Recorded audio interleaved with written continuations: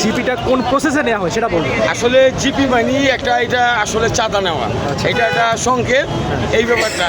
আর GP নেয় এক একটা গাড়িতে 600, কোনো গাড়িতে 300, কোনো গাড়িতে 200, এরকমভাবে বিভিন্ন গাড়ি থেকে নেওয়া হচ্ছে। এই টাকাগুলো নিয়ে যারা আগে ছিল এরাও আছে, বিএনপির লোকজনও আছে, এরা বিভিন্ন প্রকারের টাকা পয়সা উঠে নিচ্ছে এখানে দৈনিক।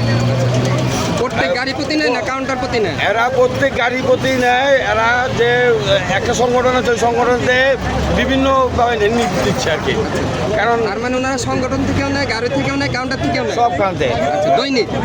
ওনারা দৈনিক নেয়, মাসে নেয়, সপ্তাহে নেয়, বিভিন্ন কৌশলে বিভিন্ন কৌশলে নিতে গেছে। আমরা যদি আসি উল্টা আমাদের বলে চাঁদাবাজ। আসলে আমরা 10টা টাকাও কেউ বলতে পারবে না যে জামাত ইসলামের লোকজন এইখান থেকে চাঁদাবাজি করছে। যদি কেউ বলতে পারে এই শহর ছেড়া যাবো, স্প্যান্সার লোক বিন্দু না।